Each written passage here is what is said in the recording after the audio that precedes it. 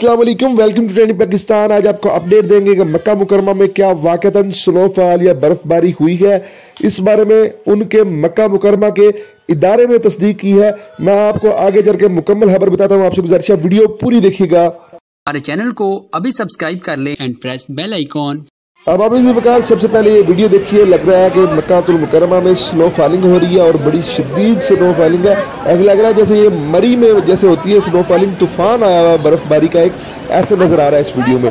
लेकिन जनाब हकीकत कुछ और है, ये हकीकत नहीं है, ये फिल्ट्राइज्ड वीडियो है। ये बारिश हो रही है, ये स्नो फॉलिंग नहीं हो रही।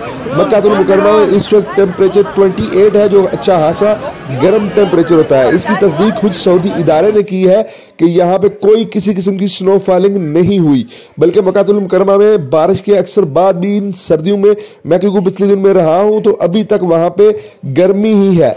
बारिश की वजह से थोड़ा सा मौसम खुशगवार जरूर हुआ है, लेकिन स्नो फॉलिंग जैसा इम्कान भी पैदा नहीं होता। देखें हमारे लोग क्या शेयर कर रहे हैं जी, देखें जी क़यामत की निशानी, मक्कातुल मुकरमा में बारिश होगी और अल्लाह माफ़ी दे कुछ इस तरह की। इसलिए कोई भी खबर देखें तो उसे तस्दीक के बाद शेयर किया करें। अल्लाह हाफिज़।